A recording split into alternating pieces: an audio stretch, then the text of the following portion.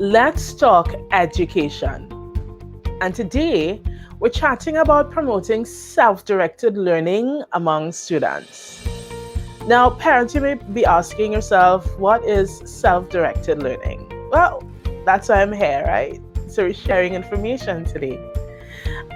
Self-directed learning, we want to phrase it as a process by which persons, individuals, students, whether you're a child or a teenager or an adult, that process of taking the initiative without the help of others to be able to diagnose or figure out your learning needs. So when we talk about self-directed learning, we're looking at the student's ability, with or without somebody, to figure out how they learn best, what do they need in order to learn, to be able to identify what their learning goals are, and also to figure out what do I need for learning, whether you need support from someone, a teacher or otherwise, or whether you need print resources or some other type of resource. You want to be able to figure these things out, and the experience of figuring these things out, which I'll repeat again, we're looking at being able to take the initiative to determine what you need, what are your goals, and what you need in order to learn. When you're able to pull these together, it makes you to now sit in the position where you're able to choose the best learning strategies. And very important, and we've spoken about this before, to be able to determine to what extent am I successful. And self-directed learning is really that process or that experience that helps the student to figure all these things out. And really and truly, it is a very important part of student learning. Now, teaching students skills in support of self-directed learning, ultimately what we're looking to be able to do is to allow the student to make their learning experience better, whether they're in the classroom or out of the classroom. Now, I can only imagine, as a parent, you may be wondering to yourself, how do I figure out if my child is a self-directed learner? Well, here are a couple tips.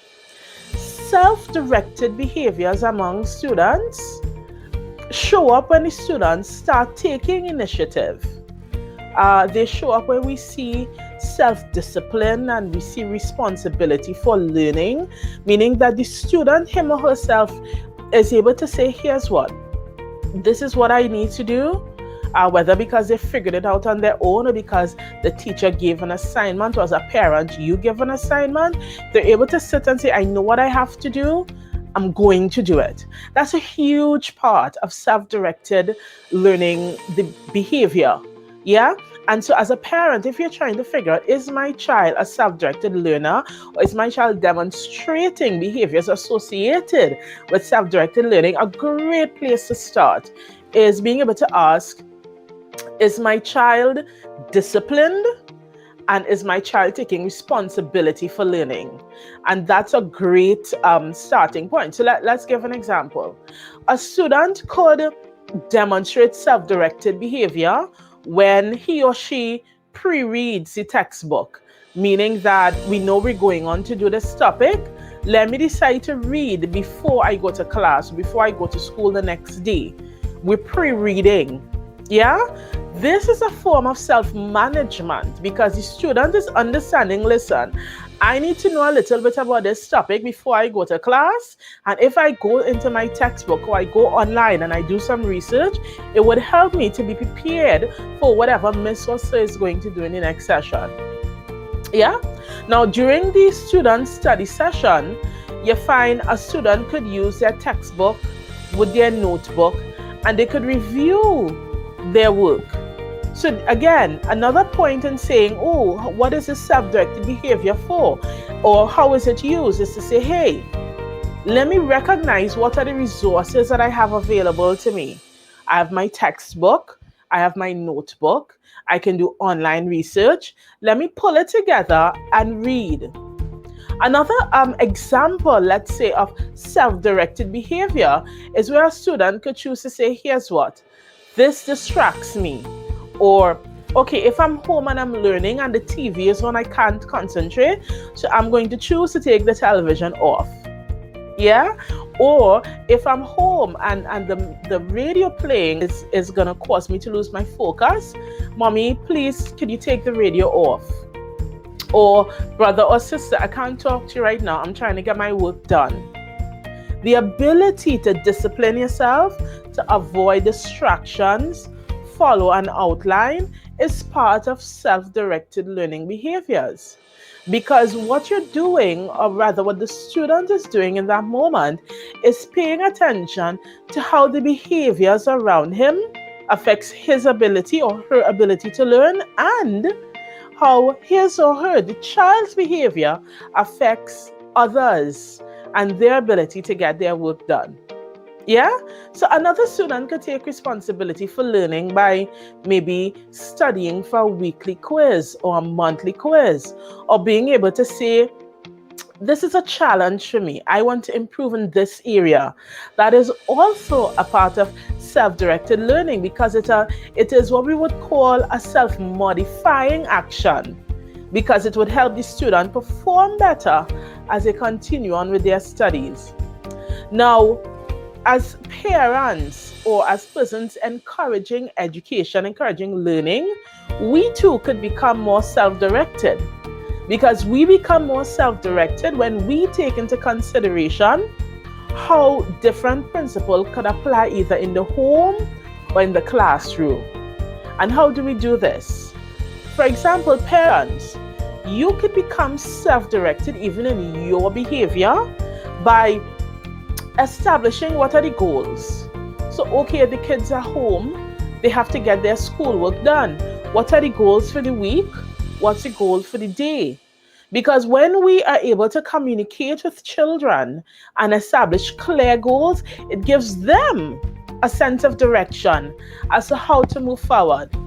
And then when we pull together all of the information to say, okay, this is what we have to learn, these are some of the ways we could use to learn it, these are some of the resources that we're going to use to learn it, what it does is that we too become self-directed in our desire to be intentional as we support students' learning.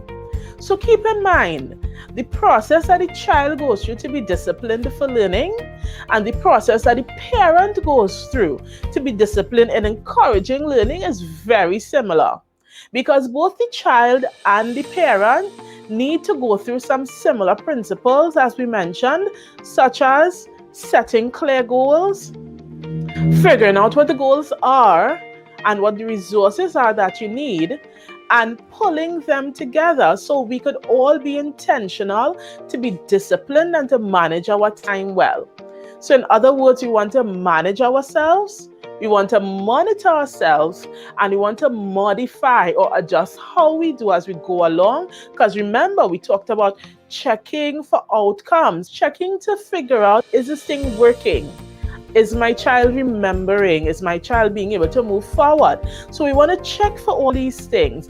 And as we manage ourselves, we monitor ourselves, and we adjust how we pull together the learning, whether at home or in school. What we do is we encourage children to grow in the ability to be self-directed learners, or in other words, the ability to be an independent learner. And ultimately what this does is lead to student achievement, increased student achievement, or even as we would call it, improved and having great student success. So thank you for taking time to view Let's Talk Education as we looked at self-directed learning. I trust that you would have been able to pull some practical points. So even at home, you would be able to say, all right, I better understand what are some of the points that I want to implement. If you have any particular topic that you'd want me to touch on in the Let's Talk Education series, comment below. Let me know, hey, I want to be able to hear about this, and I'll be sure to respond, and I'll be sure to make the effort to do a video on that topic for you. So once again, thanks for joining. This was Let's Talk Education.